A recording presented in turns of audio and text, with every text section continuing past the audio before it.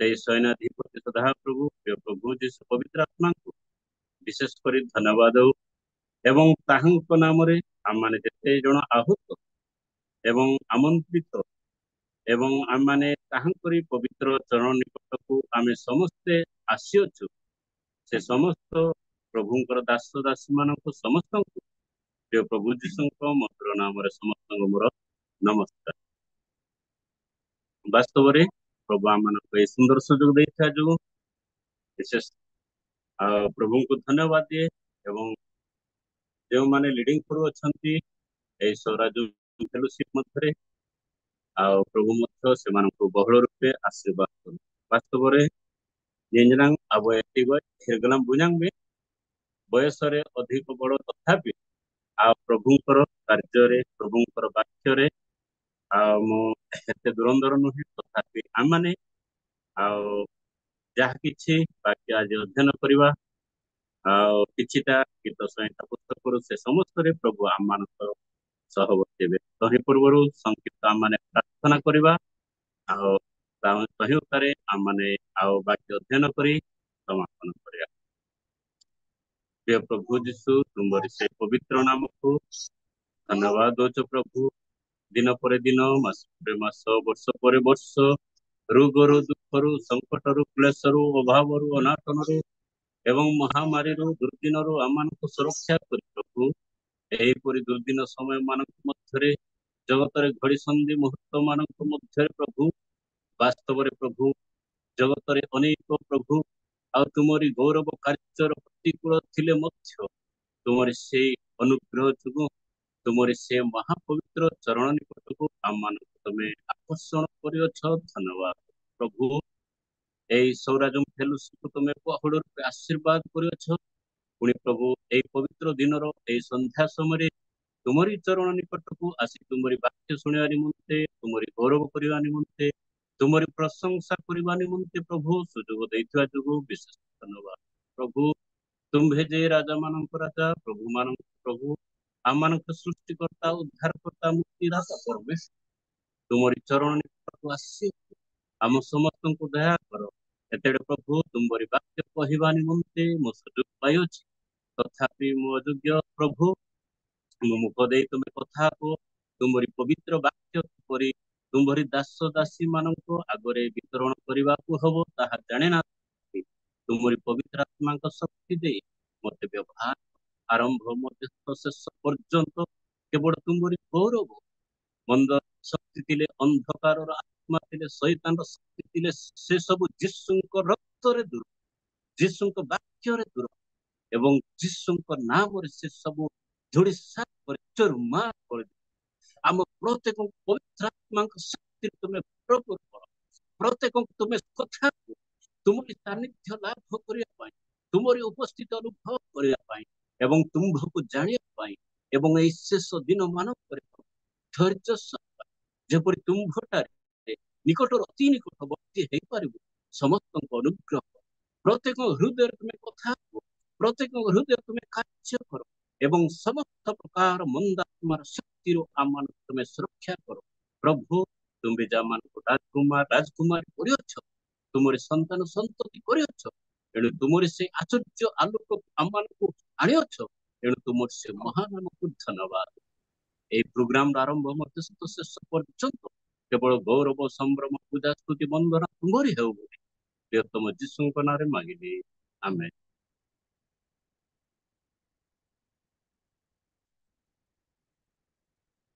ଆସନ୍ତୁ ଏହି ସମୟରେ ଆମ୍ଭେମାନେ ଆଉ ଗୀତ ସଂହିତା ପୁସ୍ତକରୁ ଆମ୍ଭେମାନେ କିଛିଟା କେବଳ ଅଧ୍ୟୟନ କରିବା।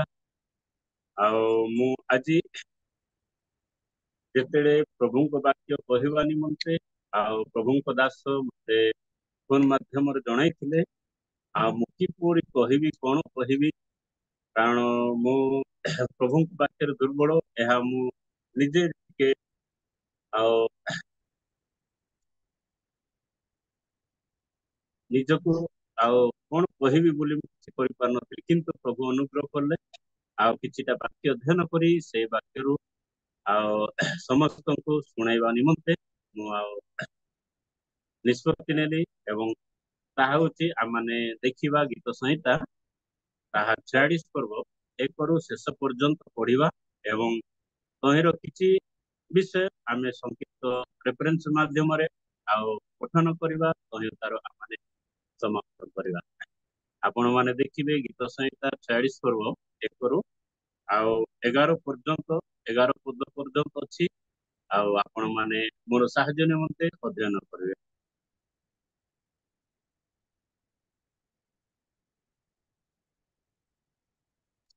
42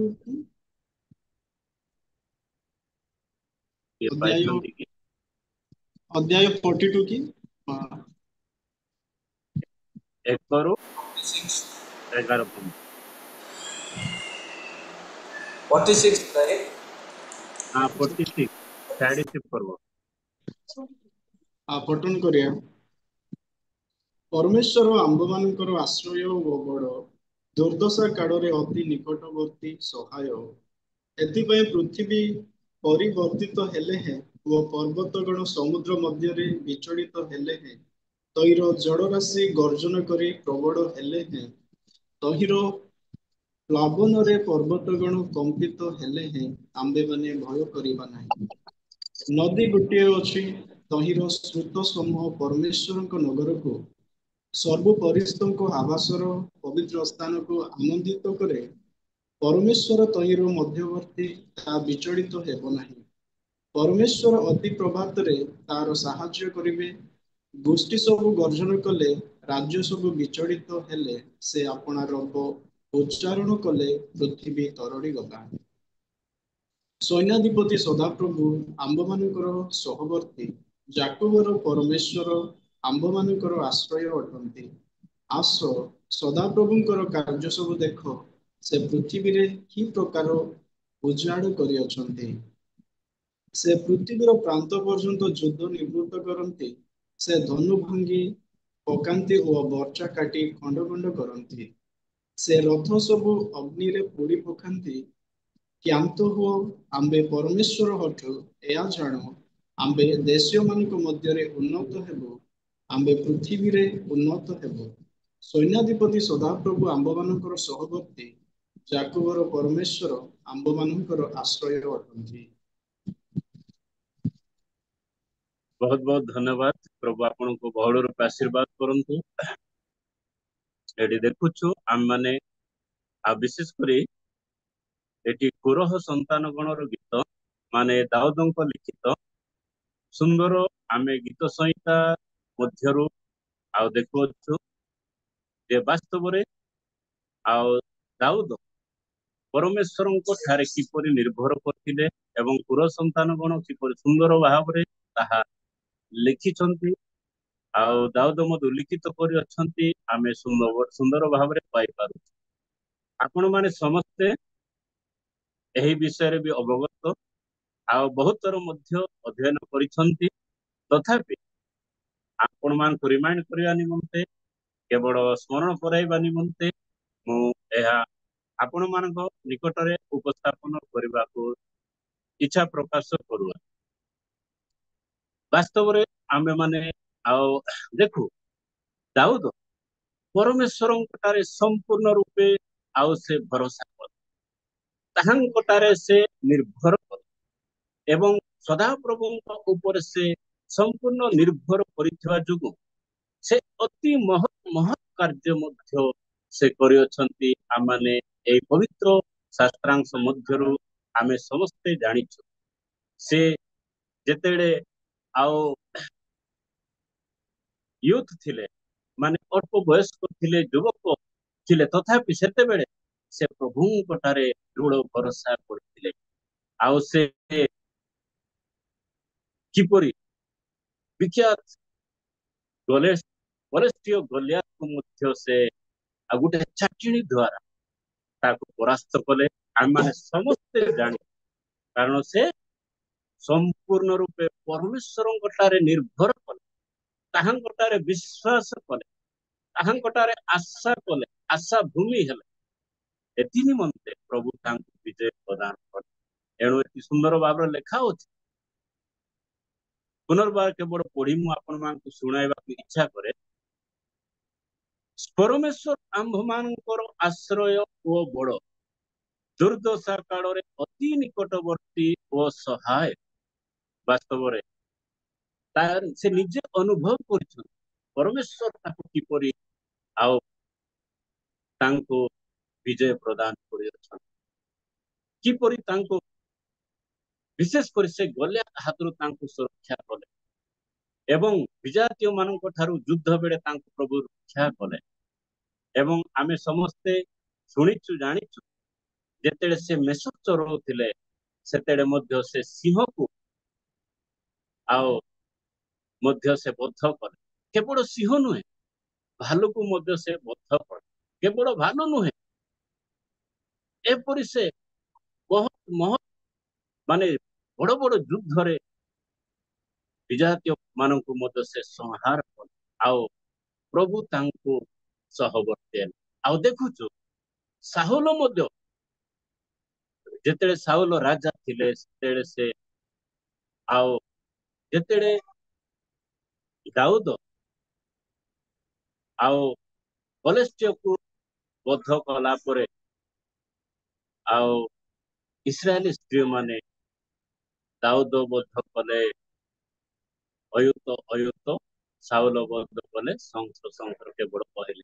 ତାହା ଶୁଣି ସାଉଲ ତାଙ୍କୁ ଗୁଡେଇ ଗୁଡେଇ ଗୋଟେ ଜନ୍ତୁକୁ ଯେପରି ବଦ୍ଧ କରିବା ନିମନ୍ତେ ଶିକାର କରିବା ନିମନ୍ତେ ଗୁଡାନ୍ତି ତଦ୍ରୁପ ତାଙ୍କୁ ଗୁଡେଇ ଗୁଡେଇ ବଦ୍ଧ କରିବା ନିମନ୍ତେ ଆପ୍ରାଣ ଚେଷ୍ଟା କଲେ, କିନ୍ତୁ ଦାଉଦ ପରମେଶ୍ୱରଙ୍କଠାରେ ନିର୍ଭର ରଖି ଦିଆଯିବ, ପରମେଶ୍ୱରଙ୍କ ଠାରେ ଭରସା ରଖିବା ଯୋଗୁଁ ଆଉ ସଦାପ୍ରଭୁ ଦାଉଦଙ୍କୁ ସୁରକ୍ଷା କଲେ। ଦାଉଦ ସମଗ୍ର ସୈନ୍ୟ ନେଇ ତାଙ୍କ ପଛରେ ଗୁଡେଇ ଗୁଡେଇ ତାଙ୍କୁ ବଦ୍ଧ କରିବାକୁ ଚେଷ୍ଟା କଲେ ମଧ୍ୟ ଆଉ ସେ ସୁରକ୍ଷା ପ୍ରାପ୍ତ ହେଲେ, କେବଳ ପ୍ରଭୁ ତାକୁ ସୁରକ୍ଷା କଲେ। ହାଲେଲୁୟା। ବାସ୍ତବରେ ଏବଂ ପ୍ରିୟ ପ୍ରଭୁଙ୍କର ଲୋକମାନେ ଦାସ ଦାସୀ ମାନେ ଯଦି ବର୍ତ୍ତମାନ ଆମେ ମାନେ ମଧ୍ୟ ବର୍ତ୍ତମାନ ଦିନ ମାନଙ୍କରେ ଆମମାନଙ୍କ ଆଗରେ ଅନେକ ଦୁଃଖ ରହିଛି, ଅନେକ ଯନ୍ତ୍ରଣା ରହିଛି, ଅନେକ ରୋଗଗ୍ରସ୍ତ ଜୀବନ ରହିଛି, ଅନେକ ପରୀକ୍ଷା ରହିଛି, ଅନେକ ପ୍ରଲୋଭନ ରହିଛି ସଂସାରରେ, ଆମମାନଙ୍କର ପାରିବାରିକ ଜୀବନରେ। ବର୍ତ୍ତମାନ ଦେଖୁଛୁ ପୁଅମାନେ ବାପା ମାର କଥା ଶୁଣନ୍ତି ନାହିଁ, ଝିଅମାନେ ବାପା ମାର କଥା ଶୁଣନ୍ତି ନାହିଁ, ଆଉ ଲୋକମାନେ ମଧ୍ୟ ଯିଏ ପ୍ରଭୁଙ୍କର କାର୍ଯ୍ୟ କରେ ବେଳେ ବେଳେ ତାଙ୍କରି ଆଉ ବିଶେଷ କରି ବିଜାତୀୟ ମାନେ ମଧ୍ୟ ତାଡ଼ନା ଦିଅନ୍ତି। ତଥାପି ବର୍ତ୍ତମାନ ଆମମାନଙ୍କର ଭରସା, ଆମମାନଙ୍କର ଆଶା, ଆମମାନଙ୍କର ବିଶ୍ୱାସ କାହା ଉପରେ? ବର୍ତ୍ତମାନ ଆମେ ପ୍ରଭୁଙ୍କଠାରେ ଆଉ ଆମେ ନିର୍ଭର କରୁ। ଏଣୁ ଏଠି ଲେଖା ଅଛି ପରମେଶ୍ୱର ଆମ୍ଭମାନଙ୍କର ଆଶ୍ରୟ ଓ ବଳ ଦୁର୍ଦ୍ଦଶା କାଳରେ ଅତି ନିକଟବର୍ତ୍ତୀ ଓ ସହାୟ। ଏ ଆମମାନେ ସମ୍ପୂର୍ଣ୍ଣ ବିଶ୍ୱାସ କରି ପ୍ରଭୁଙ୍କଠାରେ ସମ୍ପୂର୍ଣ୍ଣ ଭରସା ରଖିବା ଆବଶ୍ୟକ। ଏଇ ଦୁର୍ଦିନ ଦିନ ମାନଙ୍କରେ ଜଗତରେ ବର୍ତ୍ତମାନ ବି ଦେଖୁଛୁ ଅନେକ ଜାଗାରେ ନାନା ପ୍ଲାବନ ହଉଛି, ମହାମାରୀ ହଉଛି, ଆଉ ଜଳ ପ୍ରଳୟ ହଉଛି, ଅନେକ ଲୋକ ମଧ୍ୟ ଆଉ ଘର ଦ୍ୱାର ହୀନ ହଉଛନ୍ତି। ତଥାପି ଆଉ ପ୍ରଭୁ ଆମମାନଙ୍କୁ ଏ ସମୟ ପର୍ଯ୍ୟନ୍ତ ଦୌଡ଼ି ଧରିଛନ୍ତି। ହାଲେଲୁୟା। ଏହା ପ୍ରଭୁଙ୍କର ଅନୁଗ୍ରହ ଆମମାନେ ଅନୁଭବ କରୁ। ଏଇ ଦିନ ଏଇ ସମୟ ଆମମାନେ ବଞ୍ଚିଛୁ କେବଳ ପ୍ରଭୁଙ୍କ ଅନୁଗ୍ରହ, ପ୍ରଭୁଙ୍କର ଦୟା, ପ୍ରଭୁଙ୍କ ପ୍ରେମ ଯୋଗୁଁ। ଏଣୁ ସେଇ ମହାନ ପ୍ରଭୁ ପିତା ପରମେଶ୍ୱର ପ୍ରିୟ ପ୍ରଭୁ ଯୀଶୁ ପବିତ୍ର ଆତ୍ମା ସର୍ବଦା ଆମମାନଙ୍କର ଆଶ୍ରୟ ଓ ବଳ ଦୁର୍ଦ୍ଦଶା କାଳର ଅତି ନିକଟବର୍ତ୍ତୀ ସହାୟ। ଏଥିପାଇଁ ଦୁଇରେ ଅଛି, ଦୁଇରେ ପଢନ୍ତୁ।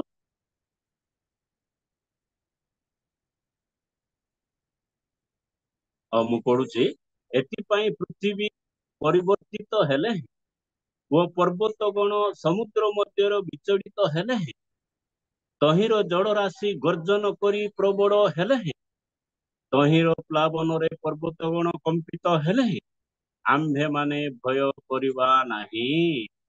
ହାଲେଲୁୟା। ବାସ୍ତବରେ ଆମେ ବାଇବଲ ମଧ୍ୟରେ ଦେଖୁଛୁ ଅନେକ ଥର ପ୍ରଭୁଙ୍କର ବାକ୍ୟ କହେ ଭୟ କର ନାହିଁ, ଆମ୍ଭେ ତୁମ୍ଭ ସଙ୍ଗରେ ଅଛୁ। ବାସ୍ତବରେ ଆମମାନଙ୍କ ଜୀବନରେ ଯେତେବେଳେ ଭୟ ଆସେ, ଯେତେବେଳେ ରୋଗ ଆସେ, ଯେତେବେଳେ ଦୁଃଖ ଆସେ, ଆମେ ଭୟଭୀତ ହଉ, ଆମେ ଦୁଃଖଗ୍ରସ୍ତ ହଉ, ଆମେ ନିରାଶାଗ୍ରସ୍ତ ହଉ। ତଥାପି ଆମମାନେ ପ୍ରଭୁଙ୍କର ବାକ୍ୟକୁ ଯେତେବେଳେ ଯାଉ, ଆମେ ଆଶା ଭରା ଜୀବନ ପାଉ। ପ୍ରଭୁଙ୍କର ବାକ୍ୟ ଆମମାନଙ୍କୁ ଆଶା ଦିଏ, ଆମମାନଙ୍କୁ ସାନ୍ତ୍ୱନା ଦିଏ, ଆମମାନଙ୍କୁ ଶକ୍ତି ଦିଏ, ଆମମାନଙ୍କୁ ଆନନ୍ଦ ଦିଏ, ଆମମାନଙ୍କୁ ବଳ ଦିଏ। ଏଣୁ 3 ପଦର ଆମେ ସୁନ୍ଦର ଭାବରେ ସେଠି ଲେଖା ଅଛି, ତହିଁର ଜଳର ଆସି ଗର୍ଜନ କରି ପ୍ରବଳ ହେଲେ ହେଁ, ତହିଁର ପ୍ଲାବନ ପରି ପର୍ବତଗଣ କମ୍ପିତ ହେଲେ ହେଁ, ଆମ୍ଭେମାନେ ଭୟ କରିବା ନାହିଁ। ପ୍ରଭୁଙ୍କ ଲୋକମାନେ, ଆମମାନେ କି ଆଜି ସମ୍ପୂର୍ଣ୍ଣ ଭାବରେ ପ୍ରଭୁଙ୍କ ଉପରେ ନିର୍ଭର କରୁଛୁ। ଆମମାନଙ୍କ ଚଲାପଥ ଜୀବନ, ଆମମାନଙ୍କର କଥାଭାଷାରେ, ଆମମାନଙ୍କର ଚିନ୍ତାରେ, ଆମମାନଙ୍କର କାର୍ଯ୍ୟକ୍ଷେତ୍ରରେ, ଆମମାନଙ୍କର ଆଉ ସମସ୍ତ କାର୍ଯ୍ୟ ପଢା ପରେ ପ୍ରଭୁଙ୍କ ଠାରେ ଆମମାନେ ଯଦି ନିର୍ଭର କରିବା, ତାହେଲେ ପ୍ରଭୁ ନିଶ୍ଚିତ ସେଦିନ ଦାଉଦକୁ ଯେପରି ବିଜୟ ପ୍ରଦାନ କଲେ, ଆମମାନଙ୍କୁ ବି ବିଜୟ ପ୍ରଦାନ କରିବେ। ବର୍ତ୍ତମାନର ଦୁନିଆରେ ଆମମାନେ ଆମମାନଙ୍କର ଯୁଦ୍ଧ ଏଇ ଲୋକମାନଙ୍କ ସଙ୍ଗରେ ନୁହେଁ, ମନ୍ଦାତ୍ମାର ବିରୁଦ୍ଧରେ। ଆଉ ମନ୍ଦ ଆମେ ଏପିସି 6 ପର୍ବରେ ସେଠି ସୁନ୍ଦର ଭାବରେ ଲେଖା ଅଛି, ଆମେ ପଢିବା ନାହିଁ। ସେଠି ଆମମାନଙ୍କର ଯୁଦ୍ଧ କିପରି ମନ୍ଦାତ୍ମାର ପ୍ରତିକୂଳରେ ସେ ସମସ୍ତକୁ ଆମେ କିପରି ପ୍ରତିହତ କରିବାକୁ ପଡିବ, ଏଥି ନିମନ୍ତେ ଆମମାନେ ପ୍ରଭୁଙ୍କର ଆଉ ବାକ୍ୟରେ ସର୍ବଦା ଆମମାନେ ଭରସା କରିବା ଦରକାର। 4 ପଦ ଦେଖିବା, ପଢନ୍ତୁ।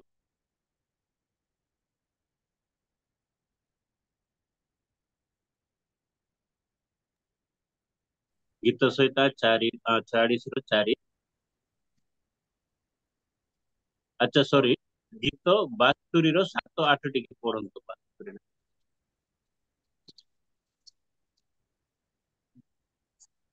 62 7-8 ଟିକେ ପଢନ୍ତୁ।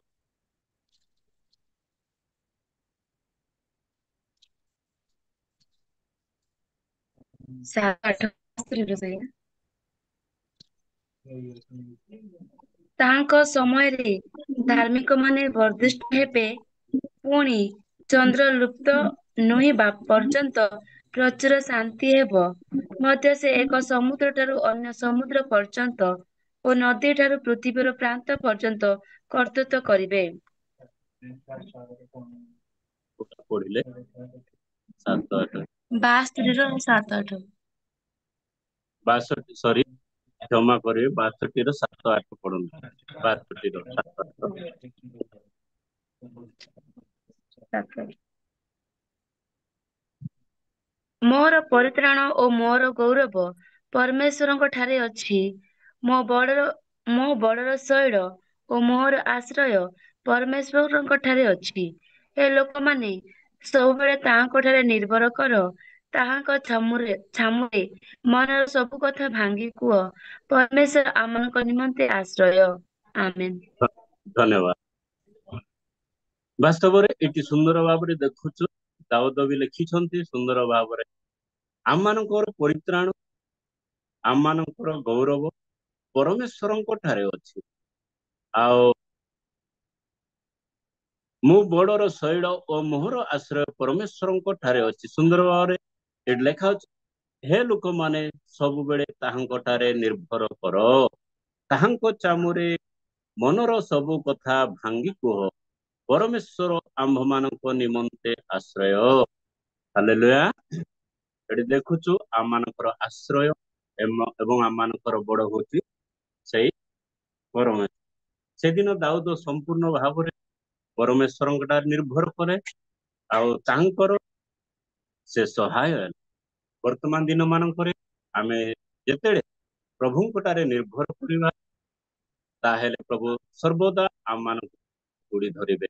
କାରଣ ସେ ଆମମାନଙ୍କୁ ଦୁଃଖରୁ, ଦୁର୍ଦ୍ଦଶାରୁ, ସଙ୍କଟରୁ, ଅଭାବରୁ, ରୋଗରୁ, କ୍ଲେଶରୁ ଏପର୍ଯ୍ୟନ୍ତ ସୁରକ୍ଷା କରି ଆଣିଅଛନ୍ତି। ଏଣୁ ସବୁବେଳେ ତାହାଙ୍କଠାରେ ନିର୍ଭର କରିବା ଏବଂ ଆମମାନଙ୍କର ଦୁଃଖ ମଧ୍ୟ ପ୍ରଭୁଙ୍କଠାରେ ଆମେ ଜଣାଇବା ଆବଶ୍ୟକ।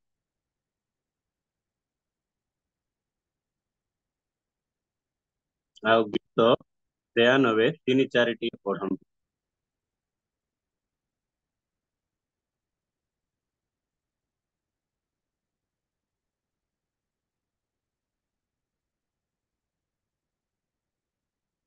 ଗୀତ 93 3 4 ଯଦି 3 4 ପାଇଛନ୍ତି। ହଁ, ହେ ସଦାପ୍ରଭୁ, ନଦୀ ସକଳ ବଢି ଉଠୁଛନ୍ତି, ନଦୀ ସବୁ ଆପଣା ଆପଣା ଧ୍ୱନି ଉଠାଇଅଛନ୍ତି, ନଦୀ ସବୁ ଆପଣା ଆପଣା ତରଙ୍ଗ ଉଠାନ୍ତି। ଜଳରାଶିର ଧ୍ୱନି ଓ ସମୁଦ୍ର ପ୍ରବଳ ତରଙ୍ଗ ଅପେକ୍ଷା ଉର୍ଦ୍ଧ୍ୱସ୍ଥ ସଦାପ୍ରଭୁ ବଳବାନ। ଧନ୍ୟବାଦ। ଏଠି ନଦୀ ସବୁ ଉଠି ଅଛି ଆଉ ଧ୍ୱନି ଉଠାଇ ଅଛନ୍ତି ଆଉ ଆପଣା ଆପଣା ତରଙ୍ଗ ଉଠାନ୍ତି। ଆମେ ଦେଖିବା ନଦୀ ସାଧାରଣତଃ ନଦୀ ବଢିଲେ ନଦୀ ଆଉ ବଡ ହେଲେ ଯେଉଁ ନଦୀ ପାଖାପାଖି ଗାଁ କେତେକ ଅଛି ସେଟା ଭାସିଯାଏ ଆଉ କେତେକ ସବୁ ସ୍ଥାନରେ ଆଉ ବନ୍ୟା ହୁଏ। ତଥାପି ସେ ସମସ୍ତ ଠାରୁ ଏଠି ଚାରିପଦରେ ଦେଖୁଛୁ ଜଳରାଶିର ଧ୍ୱନି ଓ ସମୁଦ୍ରର ପ୍ରବଳ ତରଙ୍ଗ ଅପେକ୍ଷା ଉର୍ଦ୍ଧ୍ୱସ୍ଥ ସଦାପ୍ରଭୁ ବଳବାନ। ଏଠି ଦେଖୁଛୁ ବାସ୍ତବରେ ସଦାପ୍ରଭୁ ଅଛନ୍ତି ଅତି ବଳବାନ। ଆମେ ଦେଖୁଛୁ ସମୁଦ୍ରର ତରଙ୍ଗ। ଆପଣମାନେ ସମସ୍ତେ ସମୁଦ୍ର ଦେଖିଥିବେ କିପରି ଢେଉ ଉଠୁଛି, କିପରି ତରଙ୍ଗ ଉଠୁଛି, କିପରି ଲହଡ଼ା ହଉଛି। ଆଜିକାଲି ବାସ୍ତବରେ ଅଧିକାଂଶ ସମୟରେ ଲଘୁଚାପ ହଉଛି, ସାଇକ୍ଲୋନ ହଉଛି ଅଧିକାଂଶ ଜାଗା ଏବଂ ବଡ ବଡ ସହର ମାନଙ୍କରେ ମଧ୍ୟ ପାଣି ପଶିଯାଏ।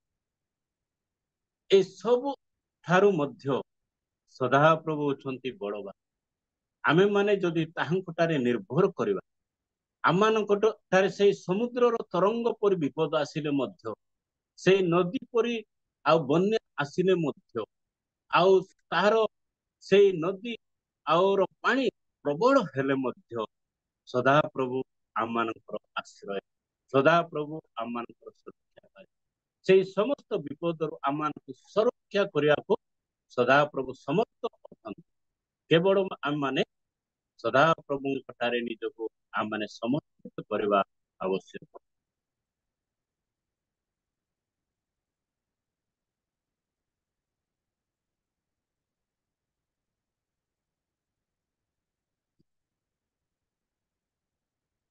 ଆଉ ଟିକେ ଚାରିପଦ ପଢନ୍ତୁ 46 ର 4। ଆଉ କୋଉ ନଦୀଟା ଆମମାନଙ୍କ ପାଇଁ ଏଟା ପରମେଶ୍ୱରଙ୍କର ରାଜ୍ୟର ନଦୀ ବିଷୟରେ ସୂଚାଏ। 46 ର 4 ପଦ ଟିକେ ପଢିବେ କି?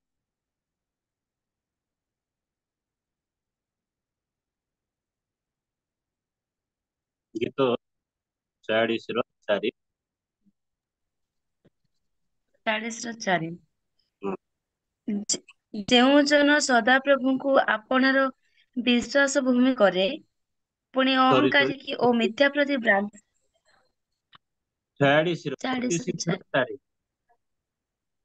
46 ର 46 ହଁ। 46 ର 4। ନଦୀ ନଦୀ ଗୋଟିଏ ଅଛି, ତୈଳ ସ୍ରୋତ ସମୂହ ପରମେଶ୍ୱରଙ୍କ ନଗରକୁ ସର୍ବପରିସ୍ଥଙ୍କ ଆବାସରେ ପବିତ୍ର ସ୍ଥାନକୁ ଆନନ୍ଦିତ କରେ। ଧନ୍ୟବାଦ। ଆଉ 5 ପଦ ବି ପଢନ୍ତୁ। ପରମେଶ୍ୱର ତୈଳ ମଧ୍ୟବର୍ତ୍ତୀ, ତା ବିଚଳିତ ହେବ ନାହିଁ। ପରମେଶ୍ୱର ଅତି ପ୍ରଭାତରେ ତାହାର ସାହାଯ୍ୟ କରିବେ। ଆମେନ୍। ସେଠି ଦେଖୁଛୁ ଗୋଟେ ନଦୀ ଗୋଟେ ଅଛି, ତହିଁର ସ୍ରୋତ ସମୂହ ପରମେଶ୍ୱରଙ୍କ ନଗରକୁ ସର୍ବ ପରିଚିତଙ୍କ ଆବାସର ପବିତ୍ର ସ୍ଥାନକୁ ଆନନ୍ଦିତ କରେ। ପରମେଶ୍ୱର ତହିଁର ମଧ୍ୟବର୍ତ୍ତୀ, ତାହା ବିଚଳିତ ହେବ ନାହିଁ। ଧନ୍ୟବାଦ। ଏହା ଗୋଟେ ଆତ୍ମିକ ଖାଦ୍ୟ ଯୋଉଟା କି ଆମେ ଦେଖୁଛୁ। ନଦୀ ଗୋଟେ ପରମେଶ୍ୱରଙ୍କ ଆଉ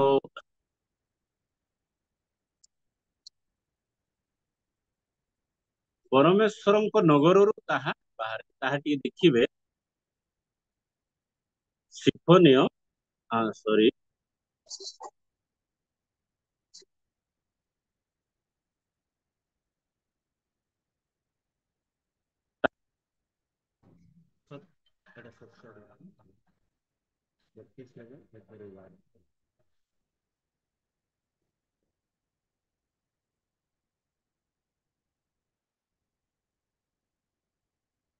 ଜିହିଜିକେଲ 47 1ରୁ 12 ପର୍ଯ୍ୟନ୍ତ ଟିକେ ପଢନ୍ତୁ। ସେ ସୁନ୍ଦର ଭାବରେ ସେଠି ପରମେଶ୍ୱରଙ୍କ ନଗରୀ ଆଉ ନଦୀ ବିଷୟରେ ଲିଖିତ ଅଛି। ଅଧ୍ୟୟନ କରିବା। ଆଉ ନଦୀ ନିକଟରେ ତହିଁର ତୀର ଉପରେ ଏ ପାଖରେ ଓ ସେ ପାଖରେ ସବୁ ପ୍ରକାର ଭୋଜନାର୍ଥ ଫଳ ବୃକ୍ଷ ହେବ। ତହିଁର ପତ୍ର ମଳିନ ହେବ ନାହିଁ, କି ଅବା ତହିଁର ଫଳ ଅଭାବ ହେବ ନାହିଁ। ସେ ଜଳ ସବୁ ପବିତ୍ର ସ୍ଥାନରୁ ନିର୍ଗତ ହେବା ହେତୁରୁ ବୃକ୍ଷ ପ୍ରତି ମାସ ନୂତନ ଫଳ ଫଳିବ ଓ ତହିଁର ଫଳ ଆହାରାର୍ଥେ ଓ ତହିଁର ପତ୍ର ଆରୋଗ୍ୟାର୍ଥେ ହେବ। ଆମେନ୍। ଧନ୍ୟବାଦ। ଏଠି 1ରୁ 12 ପର୍ଯ୍ୟନ୍ତ ସେ ବିଷୟର ସମ୍ପୂର୍ଣ୍ଣ ପ୍ରାଞ୍ଜଳ ଭାବରେ ଅଛି।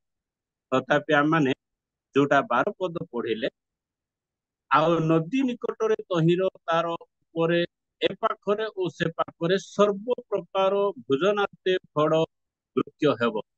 ତହିଁର ପତ୍ର ମଳିନ ହେବ ନାହିଁ, କି ଅବା ତହିଁର ଫଳର ଅଭାବ ହେବ ନାହିଁ।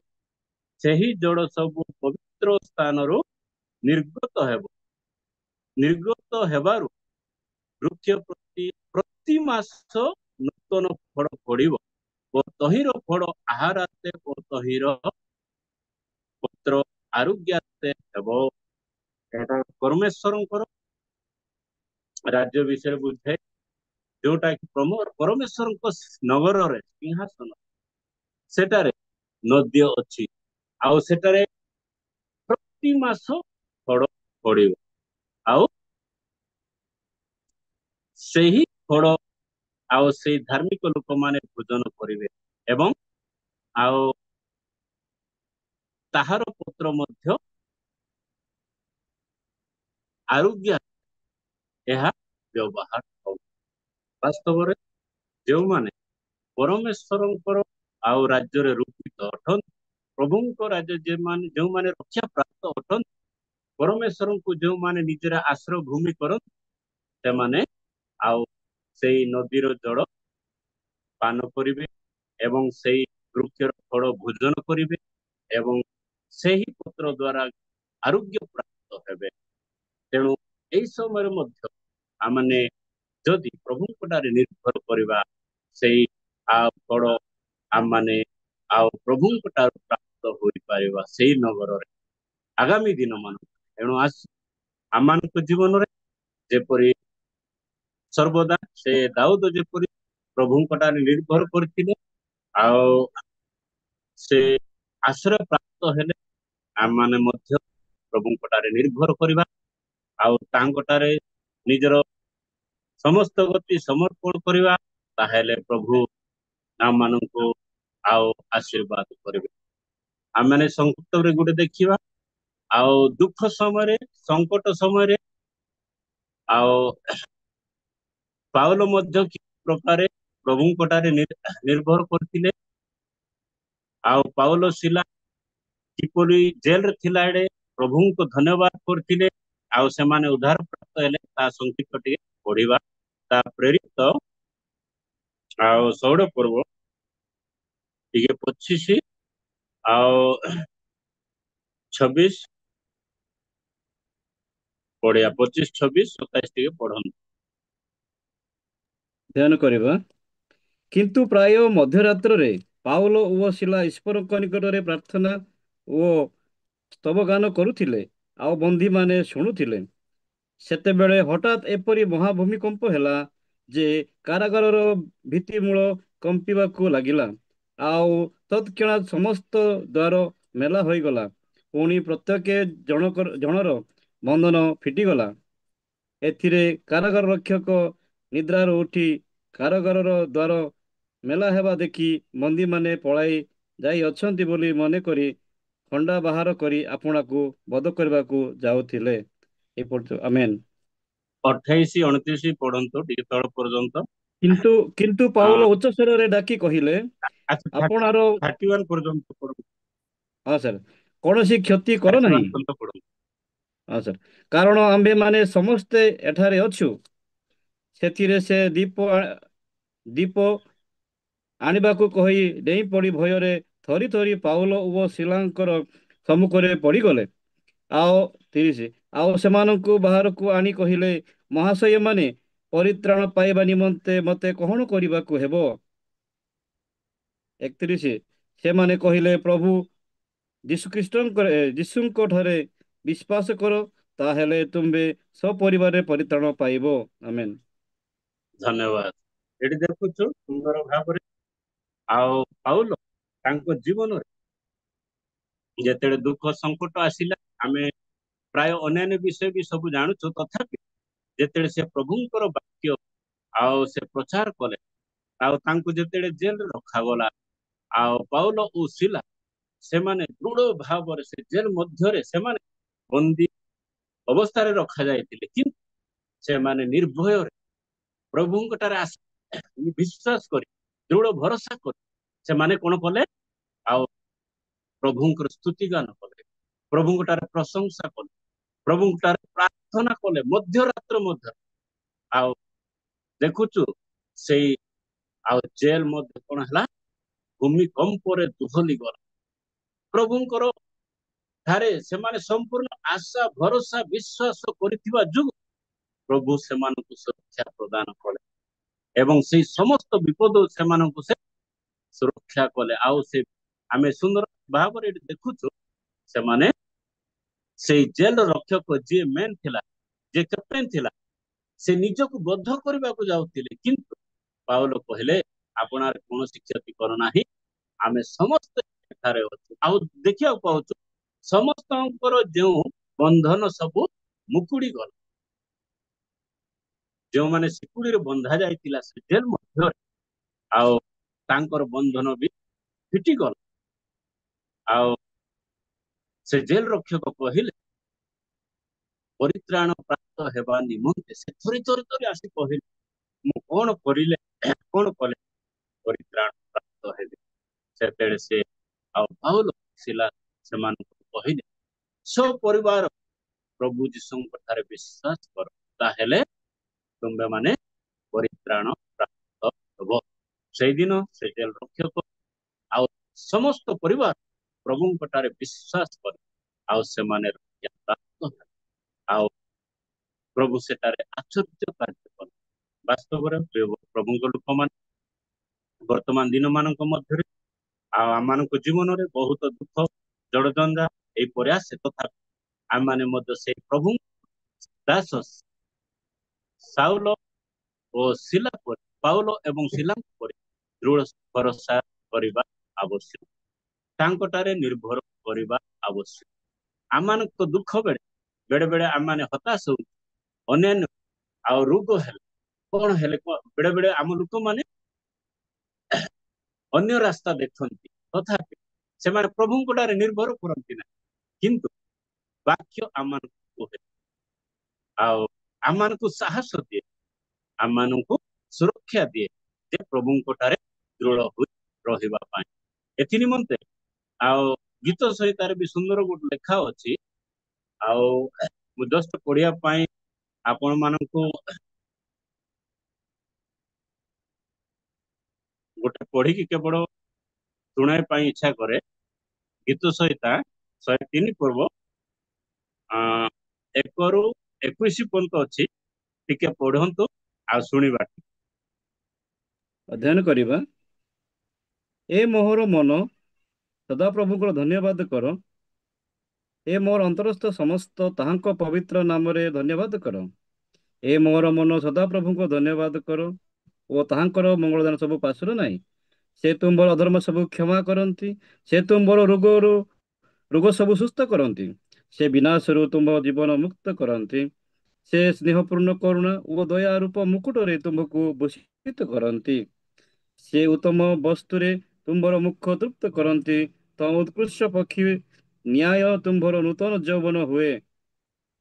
ସଦାପ୍ରଭୁ ଧର୍ମ କର୍ମ ସାଧନ କରନ୍ତି ଓ ଉପଦ୍ରବ ଗ୍ରସ୍ତ ସମସ୍ତଙ୍କ ପକ୍ଷରେ ସୁବିଚାର ନିଷ୍ପତ୍ତି କରନ୍ତି। ସେ ମୋସାଙ୍କୁ ଆପଣା ପଥ ଓ ଇସ୍ରାଏଲ ସନ୍ତାନମାନଙ୍କୁ ଆପଣା କ୍ରିୟା ସବୁ ଜଣାଇଲେ। ସଦାପ୍ରଭୁ ସେ ସ୍ନେହଶୀଳ ଓ କୃପାମୟ, କ୍ରୋଧରେ ଧୀର ଓ ଅତ୍ୟନ୍ତ ଦୟାଳୁ। ସେ ନିରନ୍ତର ନିରନ୍ତର ଧମକାଇବେ ନାହିଁ। ଧର୍ମକାଇବେ ନାହିଁ, କିଏ ବା ସଦାକାଳ ଆପଣା କ୍ରୋଧ ରଖିବେ ନାହିଁ। ସେ ଆମମାନଙ୍କ ପାପ ପ୍ରମାଣେ ଆମମାନଙ୍କ ପ୍ରତି ବ୍ୟବହାର କରିନାହାନ୍ତି, କିଏ ବା ଆମମାନଙ୍କ ଅଧର୍ମ ଅନୁସାରେ ଆମମାନଙ୍କୁ ପ୍ରତିଫଳ ଦେଇନାହାନ୍ତି। କିଏ ବା ଆମମାନଙ୍କ ଅଧର୍ମ ଅନୁସାରେ ଆମମାନଙ୍କୁ ପ୍ରତିଫଳ ଦେଇନାହାନ୍ତି। କାରଣ ପୃଥିବୀରୁ ଆକାଶ ମଣ୍ଡଳ ଯେପରି ଉଚ୍ଚ, ସେପରି ତାହାଙ୍କ ଭୟକାରୀ ମାନଙ୍କ ପ୍ରତି ତାହାଙ୍କ ଦୟା ମହତ୍। ପୂର୍ବରୁ ପଶ୍ଚିମ ଯେତେ ଦୂର, ସେ ଆମମାନଙ୍କ ଠାରୁ ଆମମାନଙ୍କ ଅପରାଧ ସେତେ ଦୂର କରିଅଛନ୍ତି। ପିତା ଆପଣା ସନ୍ତାନଙ୍କ ପ୍ରତି ଯେ ରୂପ ସ୍ନେହ ବହଇ, ସଦାପ୍ରଭୁ ଆପଣା ଭୟକାରୀ ମାନଙ୍କ ପ୍ରତି ସେ ରୂପ ସ୍ନେହ ବହନ୍ତି। କାରଣ ସେ ଆମମାନଙ୍କ ଆମ୍ଭମାନଙ୍କର ଗଠନ ଜାଣନ୍ତି। ଆମ୍ଭେମାନେ ସେ ଧୂଳି ମାତ୍ର, ଏହା ସେ ସ୍ମରଣ କରନ୍ତି। ମର୍ତ୍ତ୍ୟର ଦିନ ତୃଣ ତୁଲ୍ୟ, ଯେପରି କ୍ଷେତ୍ରର ଫୁଲ ସେପରି ସେ ପ୍ରଫୁଲ୍ଲ ହୁଏ। ତହିଁ ଉପରେ ବାୟୁ ବହିଲେ ତାହା ନଥାଏ, ପୁଣି ତହିଁର ସ୍ଥାନ ଆଉ ତାହାର ପରିଚୟ ପାଏ ନାହିଁ। ମାତ୍ର ସଦାପ୍ରଭୁଙ୍କ ଦୟା ଅନନ୍ତ କାଳରୁ ଅନନ୍ତ କାଳ ପର୍ଯ୍ୟନ୍ତ ଆପଣା ଭୟକାରୀ ମାନଙ୍କ ପ୍ରତି ଥାଏ ଓ ଯେଉଁମାନେ ତାହାଙ୍କର ନିୟମ ରକ୍ଷା କରନ୍ତି, ପୁଣି ପାଳନାର୍ଥେ ତାହାଙ୍କ ବିଧି ସବୁ ସ୍ମରଣ କରନ୍ତି, ସେମାନଙ୍କର ପ୍ରତି ତାହାଙ୍କର ଧର୍ମ ପୁତ୍ର ପୈତ୍ରାଦି କ୍ରମେ ଥାଏ। ସଦାପ୍ରଭୁ ସ୍ୱର୍ଗରେ ଆପଣ ସିଂହାସନ ସ୍ଥାପନ କରିଅଛନ୍ତି, ପୁଣି ତାହାଙ୍କ ରାଜ୍ୟ ସମସ୍ତଙ୍କ ଉପରେ କର୍ତ୍ତୃତ୍ୱ କରେ। ହେ ସଦାପ୍ରଭୁଙ୍କର ବାକ୍ୟ ସାଧକ ଓ ତାହାଙ୍କ ବାକ୍ୟର ଶ୍ରବଣକାରୀ, ବଳରେ ପରାକ୍ରାନ୍ତ ଦୂତ ଗଣ, ତୁମ୍ଭେମାନେ ତାହାଙ୍କର ଧନ୍ୟବାଦ କର। ହେ ସଦାପ୍ରଭୁଙ୍କର ପରିଚାରକ ଓ ତାହାଙ୍କ ଅଭିମତ ସାଧକ ସୈନିକ ସକଳ, ତୁମ୍ଭେମାନେ ତାହାଙ୍କର ଧନ୍ୟବାଦ କର। ଏ ସଦାପ୍ରଭୁଙ୍କର ହସ୍ତକୃତ କର୍ମ ସକଳ, ସଦା ତୁମ୍ଭେମାନେ ତାହାଙ୍କ ରାଜ୍ୟର ସର୍ବତ୍ର ତାହାଙ୍କର ଧନ୍ୟବାଦ କର। ହେ ମୋହର ମନ, ସଦାପ୍ରଭୁଙ୍କର ଧନ୍ୟବାଦ କର। ଆମେନ୍। ଆମେନ୍। ଧନ୍ୟବାଦ। ଏଥିରେ ସୁନ୍ଦର ଭାବରେ କିପରି ସଦାପ୍ରଭୁଙ୍କୁ ଧନ୍ୟବାଦ ଦେବାର, କିପରି ତାହାଙ୍କ ଉପରେ ନିର୍ଭର କରିବାର, କିପରି ତାହାଙ୍କର ଆଉ ଆଶ୍ଚର୍ଯ୍ୟ କ୍ରିୟା ଆମମାନେ ଏଠି ଦେଖୁଛୁ। ସେ ଆମମାନଙ୍କ ରୋଗ ସୁସ୍ଥ କରନ୍ତି, ସେ ଆମମାନଙ୍କର ଅଧର୍ମ କ୍ଷମା କରନ୍ତି, ସେ ଆମମାନଙ୍କର ସମସ୍ତ କିଛି ସୁରକ୍ଷା କରନ୍ତି। ହାଲେଲୁୟା। ମୋର ଗୋଟେ ରିକ୍ୱେଷ୍ଟ, ଆପଣ ମାନେ ଯାଇ ଏଇ 103ଟା ଆଉ ଥରେ ଆଜି କିମ୍ବା ଆସନ୍ତା କାଲି ମଧ୍ୟ ଟିକେ ପଢନ୍ତୁ। ପ୍ରଭୁଙ୍କର ଆଶ୍ଚର୍ଯ୍ୟ ବିଷୟ ଏଠାରେ ଲିଖିତ ଅଛି। ବାସ୍ତବରେ ପ୍ରଭୁ ଆମମାନଙ୍କୁ ଅତି ସ୍ନେହ କରନ୍ତି, ଅତି ପ୍ରେମ କରନ୍ତି। ଏଣୁ ଆମମାନଙ୍କ ନିମନ୍ତେ ନିଜର ଏକମାତ୍ର ପୁତ୍ରଙ୍କ ଦ୍ଵାରା ଆମମାନଙ୍କୁ ଉଦ୍ଧାର କଲେ।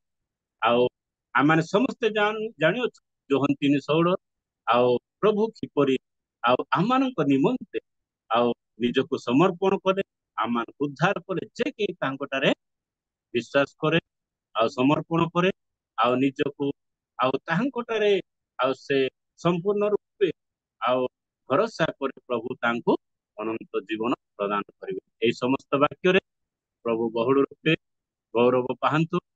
ତୁମ ବିଶେଷ କରି ଆପଣ ମାନଙ୍କ ନିକଟରେ ପ୍ରଭୁଙ୍କ ବାକ୍ୟ କିପରି କହିବା ଥିଲା, ତାହା ମୁଁ ପ୍ରାଞ୍ଜଳ ଭାବେ କହିପାରିଲି ନାହିଁ। ତଥାପି ଆମେମାନେ ଯେ ସମସ୍ତେ ପ୍ରଭୁଙ୍କର ଲୋକମାନେ ଆଉ ପ୍ରଭୁଙ୍କର ବାକ୍ୟ ବି ସର୍ବଦା ଧ୍ୟାନ କରୁଛୁ, ଆଉ ଯେପରି ଅଧିକରୁ ଅଧିକ ତାଙ୍କର ବାକ୍ୟ ଆମେ ଜାଣିପାରିବା, ଏଥି ନିମନ୍ତେ ମଧ୍ୟ ସର୍ବଦା ପ୍ରାର୍ଥନାରେ ଆଉ ତାଙ୍କ ବାକ୍ୟ ଯେପରି ଧ୍ୟାନ କରିବା ସବୁବେଳେ, ଏହା ମଧ୍ୟ ଆମେ ସ୍ମରଣ କରିବା ଦରକାର। ମୁଁ ସଂକ୍ଷିପ୍ତ ଗୋଟେ ବିଷୟ କହିକି ଆଉ ଶେଷ କରିବାକୁ ଚାହେଁ। ଆପଣ ମାନଙ୍କ ଆଗରେ ବି ଆଗରୁ କହିଥିବି, ଆମେ ଯେତେବେଳେ ଶାରୀରିକ ନିମନ୍ତେ ଯେତେବେଳେ ସକାଳେ ଉଠିଲେ ଆମେ କଣ କରୁ? ଦାନ୍ତ ଘଷୁ, ନାଇଁ କି? ଦାନ୍ତ ଘଷିଲେ ଆମମାନଙ୍କର ପାଟି ସଫା ରହେ। ଆମମାନଙ୍କର ପାଟି ପରିଷ୍କାର ରହେ ଆଉ ଖାଇବାକୁ ଭଲ ଲାଗେ ଏବଂ ଶରୀର ସୁସ୍ଥ ରହେ ଏବଂ ଉତ୍ତମ ଆହାର ମଧ୍ୟ ଆମେ ଖାଇଲେ ଆମେ କଣ କରୁ ଆମମାନଙ୍କ ଶରୀର ସୁସ୍ଥ ରହେ। ତଦ୍ରୂପ ଆଧ୍ୟାତ୍ମିକ ଜୀବନରେ ପ୍ରତିଦିନ ଆମେ ଯେମିତି ଦାନ୍ତ ଘଷୁଛୁ ପ୍ରତିଦିନ ଆମେ ସେହିପରି ପ୍ରାର୍ଥନା କରିବା ଆବଶ୍ୟକ। ଯଦି ଆମେ ସବୁଦିନ ଶରୀର ପାଇଁ ଦାନ୍ତ ଘଷୁଛୁ ଆମେ ଆଧ୍ୟାତ୍ମିକ ଦିଗରେ ମଧ୍ୟ ପ୍ରାର୍ଥନା ତଦ୍ରୂପ ଆବଶ୍ୟକ ରହିଛି। ଯଦି ଆମେ ଗୋଟେ ଦିନ ଦାନ୍ତ ନ ଘଷିଲେ କେମିତି ଲାଗିବ ଆପଣ ମାନେ ନିଜେ ଅନୁଭବ କରୁଥିବେ। ଦାନ୍ତ ନ ଘଷି ଖାଇଲେ ଆଉ ଖାଇବାକୁ ବି ଭଲ ଲାଗିବନି। ଧୀରେ ଧୀରେ ଦି ଦିନ ସପ୍ତାହେ ନ ଖାଇଲେ ରୋଗଗ୍ରସ୍ତ ହବ ଆଉ ପାଟି ଗନ୍ଧିବ ସମସ୍ତେ ଚିଚା କରିବେ ଆଉ ମଧ୍ୟ ଶରୀର ଦୁର୍ବଳ ହବ ରୋଗଗ୍ରସ୍ତ ହବ। ତଦ୍ରୂପ ଆଧ୍ୟାତ୍ମିକ ଦିଗରେ ମଧ୍ୟ ଦିନେ ପ୍ରାର୍ଥନା ନ କଲେ ଆର ଦିନ ବାଇବଲ ପଢିବାକୁ ଇଚ୍ଛା ଲାଗିବନି, ନେକ୍ସଟ ଦିନ ଶିକ୍ଷା ଶୁଣିବାକୁ ଇଚ୍ଛା ଲାଗିବନି, ତ ଆର ଦିନ ଧୀରେ ଧୀରେ ଧୀରେ ଧୀରେ ଶୈତାନ ଆମମାନଙ୍କୁ ଆଉ ବିପଦ ଆଡକୁ ପଳାଇନି। ତେଣୁ ଯେପରି ଶରୀର ନିମନ୍ତେ ଦାନ୍ତ ଘଷିବାଟା ପ୍ରয়োଜନ ତଦ୍ରୂପ ଖ୍ରୀଷ୍ଟୀୟ ଜୀବନରେ ପ୍ରାର୍ଥନା ବାକ୍ୟ ଅଧ୍ୟୟନ ଏବଂ ପ୍ରଭୁଙ୍କଠାରେ ସହଭାଗିତା ଜୀବନ ଆବଶ୍ୟକ ରହିଅଛି। ଏଣୁ ଆସୁ ଯେପରି ଆମେ ପ୍ରଭୁଙ୍କ ଦିଗରେ ଆଧ୍ୟାତ୍ମିକ ଦିଗରେ ବଢିବା ଏଥି ନିମନ୍ତେ ସର୍ବଦା ପ୍ରାର୍ଥନାରେ ପ୍ରଭୁଙ୍କ ବାକ୍ୟ ଧ୍ୟାନରେ ବଢିବା, ତାଙ୍କ ଉପରେ ନିଜର ସମସ୍ତ ଭାର ଧୋଇବା ଏବଂ ପ୍ରଭୁଙ୍କ ନିମନ୍ତେ ଆମେ ଶକ୍ତିଯୁକ୍ତ ହେବା। ଯେପରି ଶାରୀରିକ ଭାବରେ ସୁସ୍ଥ ରହିବା ଆଧ୍ୟାତ୍ମିକ ମଧ୍ୟରେ ସର୍ବଦା ସୁସ୍ଥ ରହିବା ନିମନ୍ତେ ପ୍ରଭୁଙ୍କର ଅନୁଗ୍ରହ ସର୍ବଦା ଭିକ୍ଷା କରିବା ଆବଶ୍ୟକ ରହିଅଛି। ଏ ସମସ୍ତ ବାକ୍ୟରେ ପ୍ରଭୁ ବହୁଳ ରୂପେ ଗୌରବାନ୍ୱିତ ହୁଅନ୍ତୁ ଏବଂ ଆପଣମାନଙ୍କୁ ସମସ୍ତଙ୍କୁ ମଧ୍ୟ ପ୍ରଭୁ ବହୁଳ ରୂପେ ଆଶୀର୍ବାଦ କରନ୍ତୁ। ଏ ସମସ୍ତ ବାକ୍ୟରେ ମୁଁ ସମାପ୍ତ କରୁଅଛି। ଯାହା ଯଦି ଆଉ ତ୍ରୁଟି ଭାବରେ କହିଥାଏ ଆପଣ ମାନେ ଯାହା ଠିକ ଅଛି ତାହା ଆଉ ଆପଣମାନେ ତୁଳି ଧରିବେ ଏବଂ ଯାହା ଯଦି ଭୁଲ କହିଥାଏ ତାହାକୁ ଛାଡିଦେବେ ଏବଂ କ୍ଷମା କରିବେ। ସବୁ କାର୍ଯ୍ୟରେ ପ୍ରଭୁ ଗୌରବ ପାଆନ୍ତୁ। ସମସ୍ତଙ୍କୁ ନମସ୍କାର।